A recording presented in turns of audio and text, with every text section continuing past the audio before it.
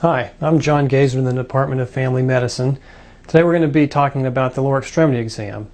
I'll be demonstrating how you inspect the lower extremity, how you palpate, and then perform passive range of motion of both the hip, knee, and ankle. And we'll come back and look at some special maneuvers that look at the knee exam for people that have an injured knee. We won't be doing active range of motion today, so we'd normally be doing that after palpation before passive range of motion, and just want to make a note that we will be skipping the active range of motion in this demonstration. Helping me demonstrate today is Mr. Bill Garant, and thanks for coming back, Bill. We've seen Bill before here. And initially, like as with any type of musculoskeletal exam, with inspection you're looking for things like deformity, swelling, changes in coloration, when people are walking, changes in gait. We're going to start with inspecting the hip, and Bill, I'm just going to ask you to pick up your gown so we can get a look at your iliac crests. I'm just going to locate the iliac crests here on either side of his lower abdomen, and that just gives me a sense that that he has some symmetry here with his pelvis, and his legs are probably about the same length, that there's no obvious sort of neuromuscular disease that would cause one side to be weak and perhaps lower than the other side. Next, I'm going to take a look at his knees, and we're going to be looking for any sort of deformity, and commonly with people you may see a knock knee deformity, or what's called a genu valgus deformity, where the knees are closer together, or a genu varus deformity, or bow-legged deformity, where the knees are further apart, and Bill has fairly normal looking. And then I want you to go ahead and have a seat up here, and we'll go ahead and look at the rest of the hip. Okay. Yeah, if you would go ahead on my back, please. Okay. And please let me know if anything is sore or uncomfortable as we do this. So I'm just going to go ahead and pull your gown up a little bit if that's okay. Yeah. I'm just going to palpate about the pelvis for instability, just to be sure there's no pain. So I'm just going to place both hands over the iliac crest and just rock a little bit if there's any pain or anything there. Bill, let me know. No. I'm just going to palpate over the greater trochanter, which is located on the lateral aspect of the thigh, and it's the large bony prominence. See if there's any tenderness there. And is that sore at all, Bill? Okay, good. Now we're going to go ahead and look at the range of motion of the hip. We're first going to look at flexion.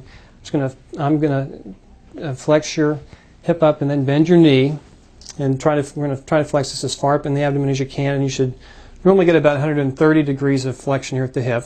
And have you straighten your leg out, and then pick your leg up with the knee extended, and then you should normally get about close to 90 degrees of flexion here. And Bill's got good loose hamstrings, so he's pretty limber.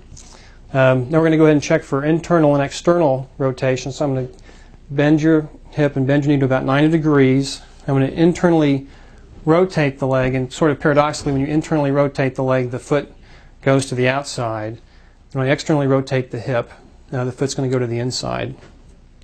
Okay, any soreness or pain there? Okay, good. I'm going to abduct or abduct the leg at the hip. So I'm going to pull the hip away from the midline. Okay. I'm going to adduct the hip and pull it towards across his body until the pelvis starts to come up off the table, and he's just starting to rotate now, so we'll stop there. Okay. I'm not going to go ahead and take a look at extension of the hip while he's standing. This is a fairly easy way to do that. So Bill, if you could just move to the table, and I'll hold it up for you. If you could just sort of support yourself here so we don't lose your balance, and try to stand up straight. I'm just going to reach down and support your leg, and I'm just going to extend this back. You would expect this to extend back about 20 or 30 degrees. Thanks, Bill. You can also do that in the prone position. And we're going to go ahead and first just inspect the knee, looking at the patella, at the bony landmarks, both at the normal concavities on either side of the patella and below. I'm going to come back and look at the knee now to say if Mr. Grant was presenting with a painful knee, and we sort of take a look at the knee a little more closely. First, we'll just again look at the knee, and then palpate it. And we'll palpate the patella for any tenderness or discomfort. I'm going to palpate the lateral joint line at the tibiofemoral joint, and looking for any pain or bony abnormality. Then also in the medial aspect of that joint. I want to palpate the tibial tuberosity, and then the popliteal space behind the knee. And there aren't any abnormalities there. Then we go ahead and check the range of motion of the knee, first by just extending the knee, and most people can get their knees to close to 160 degrees here. And then extend the knee, and most people can at least get their knees to a neutral position, 0, and many people have a little bit of hyperextension. Up to 15 degrees is normal, and just has a little bit of hyperextension at his knee here. Okay. Now, some people with an injury might have an effusion in the knee, and I'm going to do a couple of tests now to assess to see if there was any fluid in Bill's knee.